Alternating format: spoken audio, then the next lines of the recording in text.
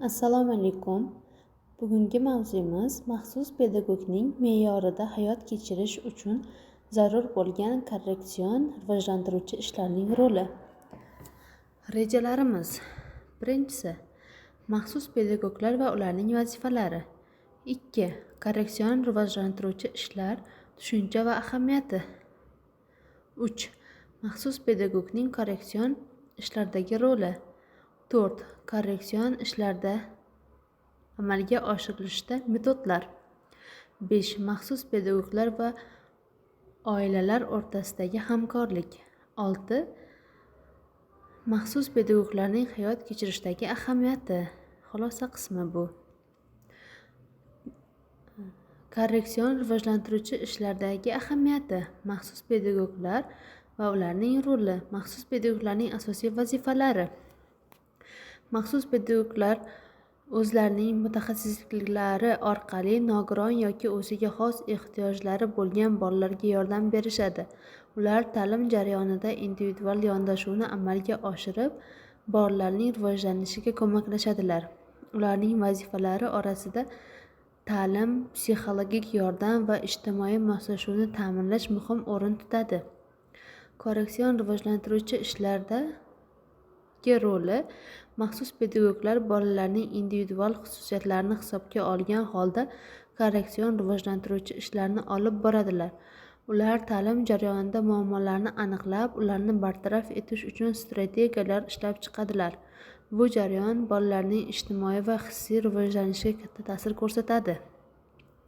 Maxsus pedagoglarning ta'siri. Maxsus pedagoglar bolalarning o'z-o'zini anglashini oshirishda muhim rol o'ynaydilar. Ular o'quvchilarning kuchli va zaif tomonlarini aniqlab, ularga mos ravishda yondashuvlar ishlab chiqadilar. Ushbu pedagoglar bolalar bilan ishlashda individual yondashuvni qo'llaydilar. Bu esa har bir bolaning ehtiyojlariga javob berishga yordam beradi. Shuningdek, ular ota-onalar bilan hamkorlik o'rnatib, bolalarning rivojlanishiga qo'shimcha yordam ko'rsatadilar. Maxsus pedagoglar ta'lim jarayonida ijtimoiy integratsiyani ta'minlashga ham katta e'tibor qaratadilar. Ular bolalarning jamiyatga moslashuvini osonlashtirish uchun turli xil faoliyatlarni tashkil etadilar. Korreksion rivojlantiruvchi ishlar.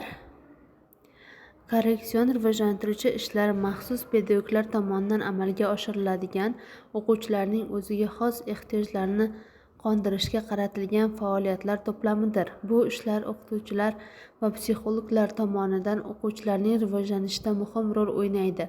Ularning ijtimoiy, emotsional va akademik ko'nikmalarini yaxshilashga yordam beradi.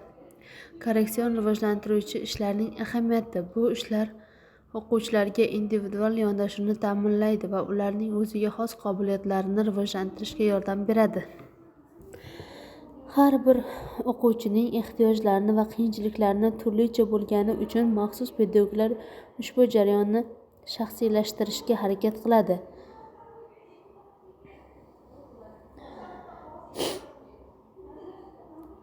Korreksion ishlar. Maxsus pedagoglar o'quvchilarga individual yondashuv bilan yordam berish orqali ularning o'ziga bo'lgan ishonchini oshiradi. Bu o'z navbatida o'qish jarayonida muvaffaqiyatga erishishga yordam beradilar.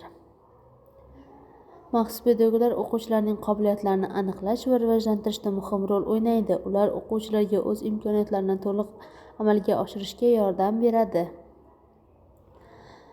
Ular o'quvchilarning ijtimoiy ko'nikmalarini rivojlantirishga ham yordam beradilar. Bu esa ularning jamiyatda muvaffaqiyatli bo'lishiga katta imkon yaratadi. Maxsus pedagoglar shuningdek o'quvchilarning o'zaro munosabatlarini yaxshilash uchun muhim strategiyalarni ishlab chiqadilar. Bu esa ularning umumiy rivojlanishiga ijobiy ta'sir ko'rsatadi. Korreksion ishlar asoslari. Maxsus pedagoglar korreksion rivojlantiruvchi ishlarda muhim rol o'ynaydi. Ular o'quvchilarning individual ehtiyojlarini hisobga olib, mos metod va strategiyalarni tanlaydilar. Bunday ishlar o'quvchilarning qobiliyatini rivojlantirish va ijtimoiy moslashuvni ta'minlash uchun zarurdir.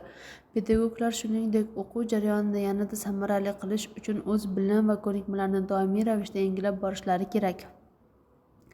Korreksion metod turlari. Korreksion ishlar jarayonida turli metodlar qo'llaniladi. Masalan, individual yondashuv, guruhli mashg'ulotlar va o'yin orqali ta'lim metodlari keng tarqalgan. Har bir metod o'quvchilarning o'ziga xos xususiyatlariga mos ravishda tanlanadi. Bu esa ularning rivojlanishiga ijobiy ta'sir ko'rsatadi. Maxsus pedagoglarning vazifalari. Maxsus pedagoglar o'zlarining bilim va tajribalaridan foydalanib, o'quvchilarning individual ehtiyojlarini aniqlash va ularga mos ravishda ta'lim berishadi. Ular oila bilan hamkorlikda ishlash orqali o'quvchilarni rivojlantirishda muhim rol o'ynaydilar. Bu jarayonda oilaning qo'llab-quvvatlashi va pedagogning yondashuvi muhim ahamiyatga ega. Oila va pedagog o'rtasidagi aloqalar. Oila va maxsus pedagoglar o'rtasidagi aloqalar o'quvchilarning rivojlanishiga ijobiy ta'sir ko'rsatadi. Oila pedagoglarga o'quvchilarning uy sharoitini va ehtiyojlarini yaxshiroq tushunishga yordam beradi.